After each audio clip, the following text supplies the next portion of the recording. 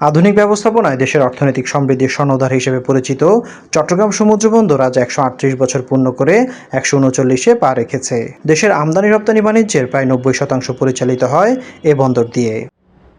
সাম্প্রতিক বছরগুলোতে করোনার ঢেউ সামলে পতেঙ্গা কন্টেইনার টার্মিনাল নির্মাণাধীন মাতারবাড়ি গভীর সমুদ্র বন্দর, কন্টেইনারবাহী পণ্য ওঠানামা সহ বিভিন্ন ক্ষেত্রে সাফল্যের স্বাক্ষর রেখেছে চট্টগ্রাম বন্দর। তবে বে টার্মিনাল নির্মাণ, সম্পূর্ণ অটোমেশন কার্যক্রম সহ বেশ কয়েকটি প্রকল্প গ্রহণ করা হলেও তা এখনও আলোর মুখ দেখেনি।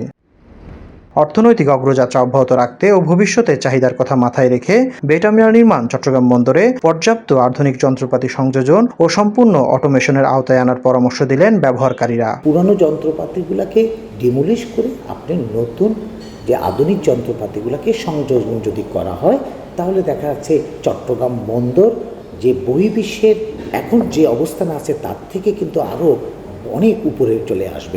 সময়ের সাথে সাথে বন্দরকে এগিয়ে নিতে বেশ কিছু পদক্ষেপ নেওয়ার কথা জানালেন বন্দর চেয়ারম্যান। আমাদের সক্ষমতা বাড়াতে হবে ইন্টারমিডিয়েটলি, সেজন্য আমরা কিছু ইমিডিয়েট মেজার নিয়েছি এবং তার সুফল অলরেডি আমরা পাচ্ছি। দ্রুত মাতারবাড়ি গভীর সমুদ্র বন্দর ও বে টার্মিনাল নির্মাণ সহ চট্টগ্রাম বন্দরে বিশ্বের আধুনিক সব বন্দরের মতো সুযোগ ও সেবা দেওয়া তাগিদ দিয়েছেন ব্যবসায়ী ও বন্দর ব্যবহারকারীরা। নাইমুল ইসলাম, বৈশাখী সংবাদ, চট্টগ্রাম।